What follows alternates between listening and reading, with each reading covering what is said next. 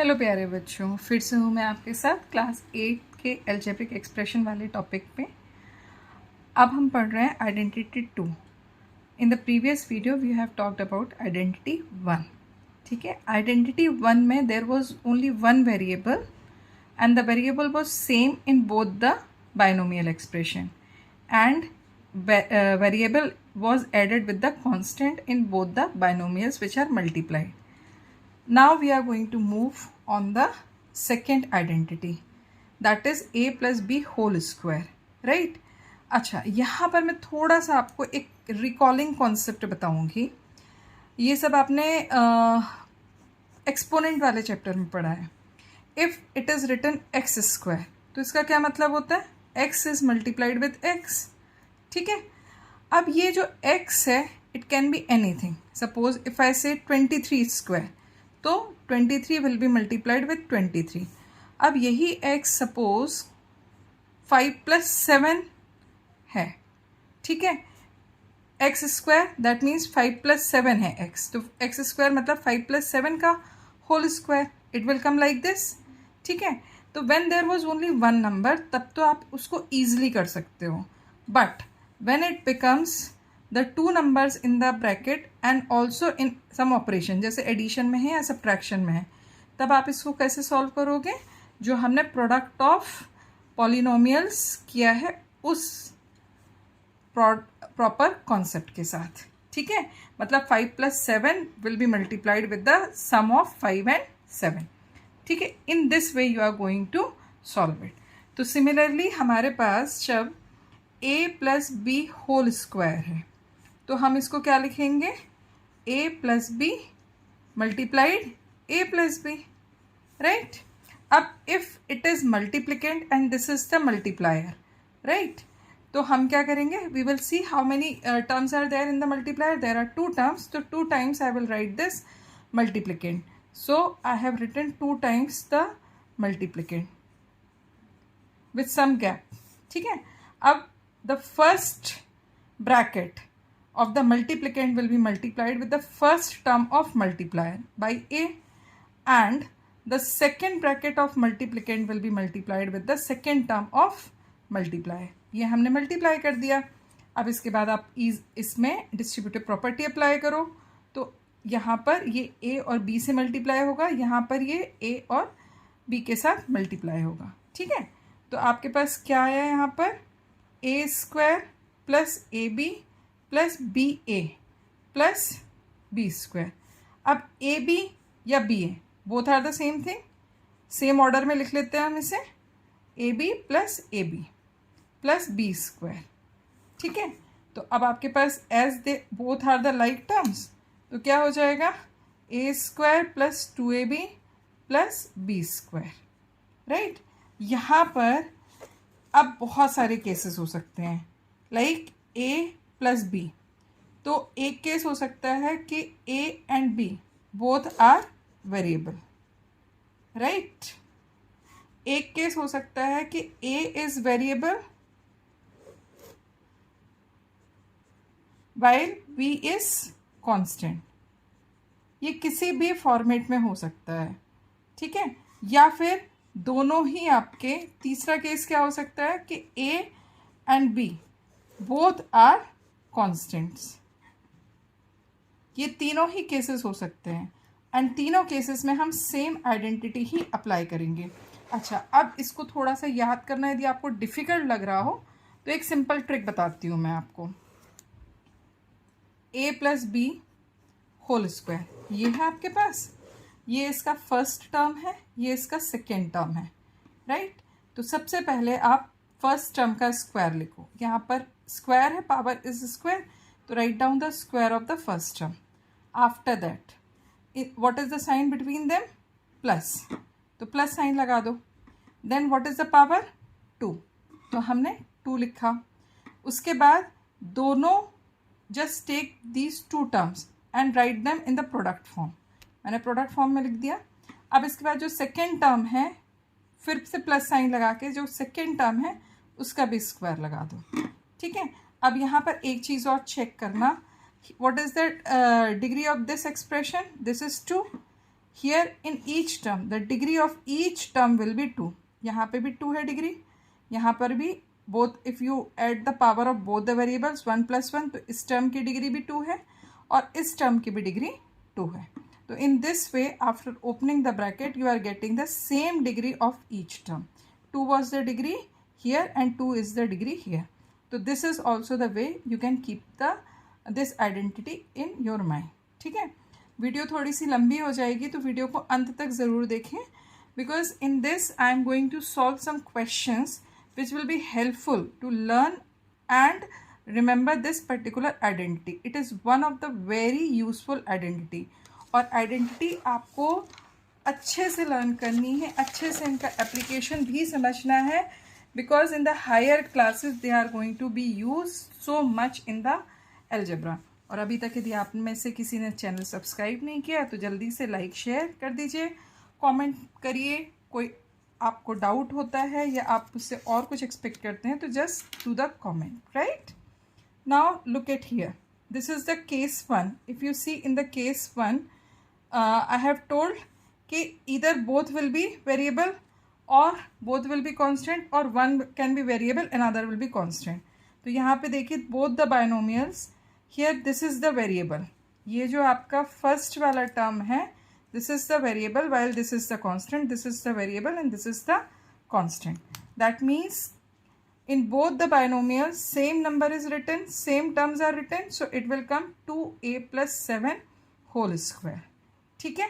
अब यहाँ पर हमने आइडेंटिटी को याद किया, तो identity as the a is used in the question, so don't write the identity in the form of variable a, use another variables like I am using x and y. तो what it will come, पहले first term का square, फिर दोनों के बीच में plus sign है, plus लिखा, दोनों टर्म्स का product, then plus sign and second term का स्क्वायर लिख दिया हमने. यहाँ पर हम अप्लाई करते हैं.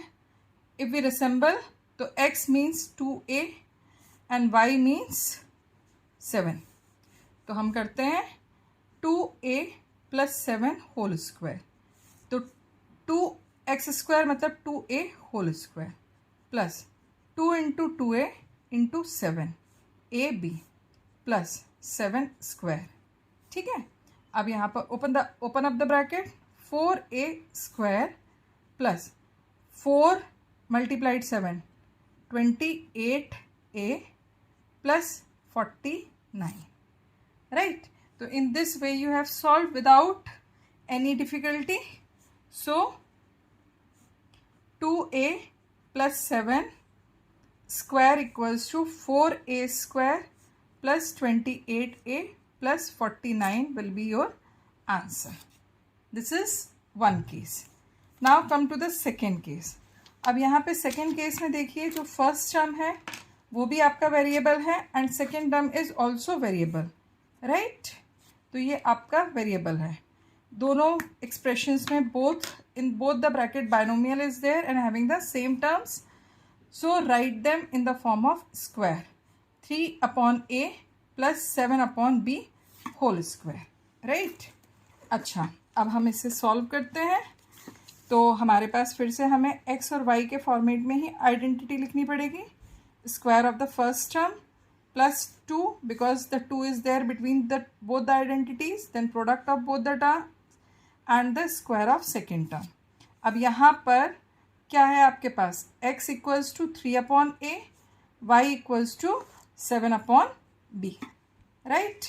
Now put the values of x and y in the identity. तो x² मतलब what are you finding out, 3/a whole square plus 2 × 3/a × 7/b plus 7/b whole square. Solve करते हैं तो it will come 9/a² plus 2 3 6 6 7 42 42/ab plus 49/b². Further it is not possible to solve it, so leave till here. So what you are going to get, 3/a plus 7/b whole square equals to 9/a square plus 42 upon A B plus 49 upon B square. Understood? This is the way you can solve. तो ये देखो, हमने बहुत कम multiplication के साथ हमें आइडेंटिटी याद थी, so that we have done it so fast. So it is necessary to learn the identity as many as questions you will do or practice the same question 2-3 times.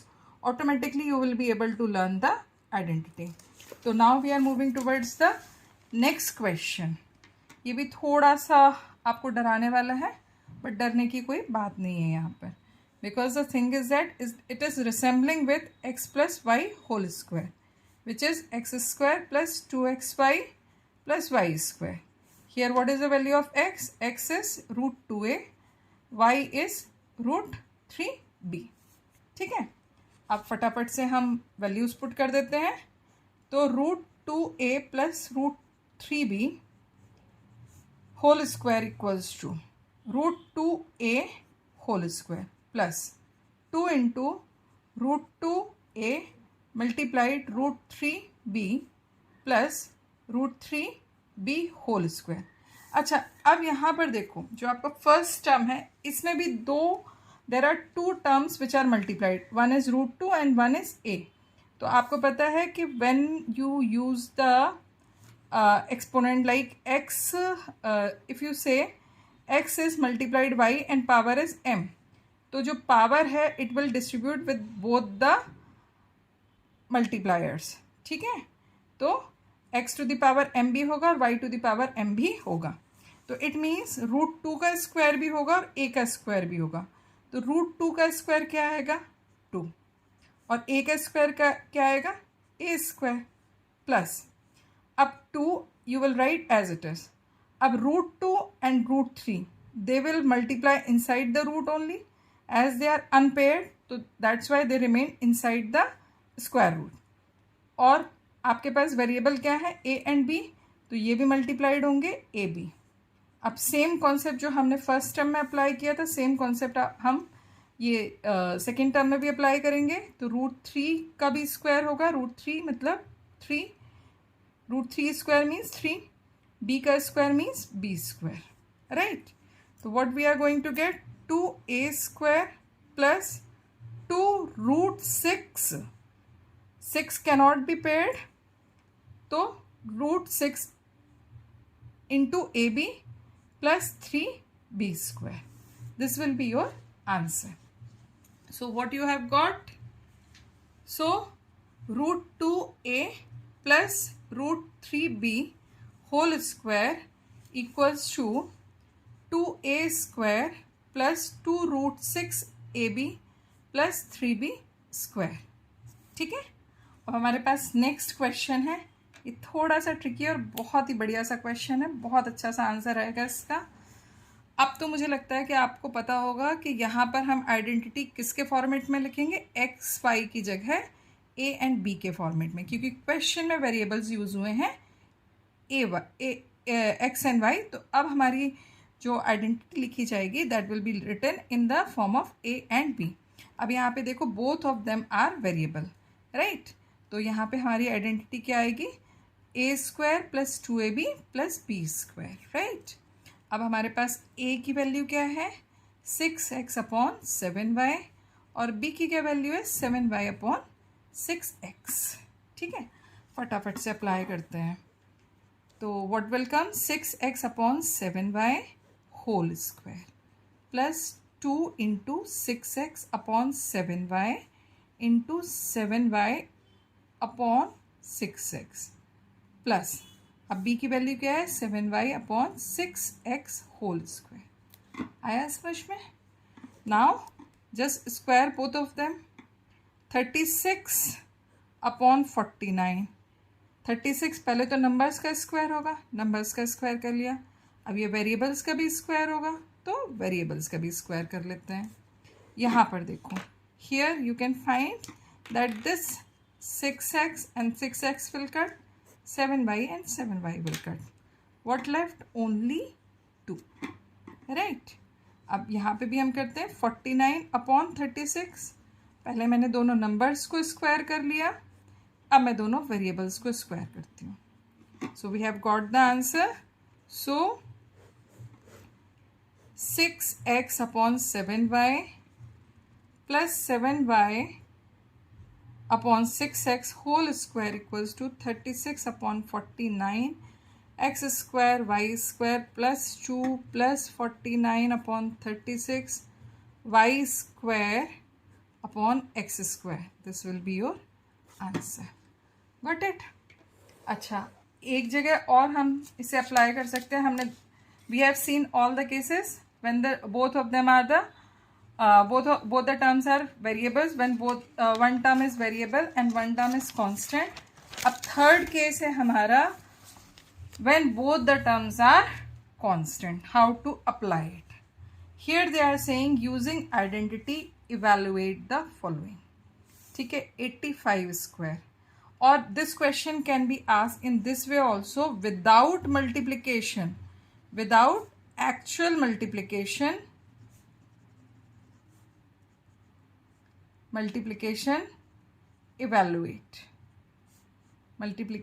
evaluate the following. Right, ये है आपके पास question. अच्छा, हम एक trick करते हैं. We will see it can be changed into the nearest tens के format में हम इसे चेंज कर लेते हैं. 85 स्क्वायर है तो मैं इसे 80 प्लस 5 का होल स्क्वायर लिख सकती हूँ. Inside the bracket nothing has change. यहाँ पे भी 85 ही आ रहा है. मैंने सिर्फ क्या किया, 85 को 80 प्लस 5 होल स्क्वायर लिख दिया. ठीक है, मैंने 85 को चेंज करके 80 प्लस 5 लिख दिया, बस, और कुछ भी नहीं किया. अब यहाँ पर हम देखते हैं a plus B whole square equals to A square plus 2ab plus B square. तो a की वैल्यू क्या है यहाँ पर हमारे पास 80 और b की वैल्यू क्या है आपके पास 5. करते हैं फटाफट से सॉल्व इसको. 80 प्लस 5 होल स्क्वायर. अब a स्क्वायर मतलब आपको क्या करना है, 80 स्क्वायर करना है. 2 इंटू a मतलब 80, b means 5, right, plus b square means 5 का स्क्वायर. ना 80 square 6400, then 5 to the 10 multiplied 80, 800 plus 25. ठीक है, अब फटाफट से सबको ऐड कर देते हैं. सो 25 will come at the ones and tens place. Then 8 plus 4 12, 6 plus 1 7. So without actual multiplication you got the answer 7 to 2 5. So 85 square equals to 7 to 2 5. Right? In this way, without actual multiplication also you can find out the square of bigger numbers. जैसे मैं आपको बोल दूं कि आप find out करो 390 का, right, या 420 का. तो these are very bigger numbers. तो by using this identity you can find out the square of these numbers. Like here if I say 110, तो 110 को हम कैसे लिख सकते हैं, 100 प्लस 10 होल स्क्वायर. अब तो ईजी हो जाएगा. तो this question is for your practice. Okay, so keep practicing again and again. Identities are very much important. They are very helpful while you are doing the factorization. Okay, so it is required that you learn them properly, you practice them properly. Or if you want them if you want to practice with me properly, like my channel, subscribe my channel, so that every day you get the update whatever the new video I am going to upload. So till then, keep practicing.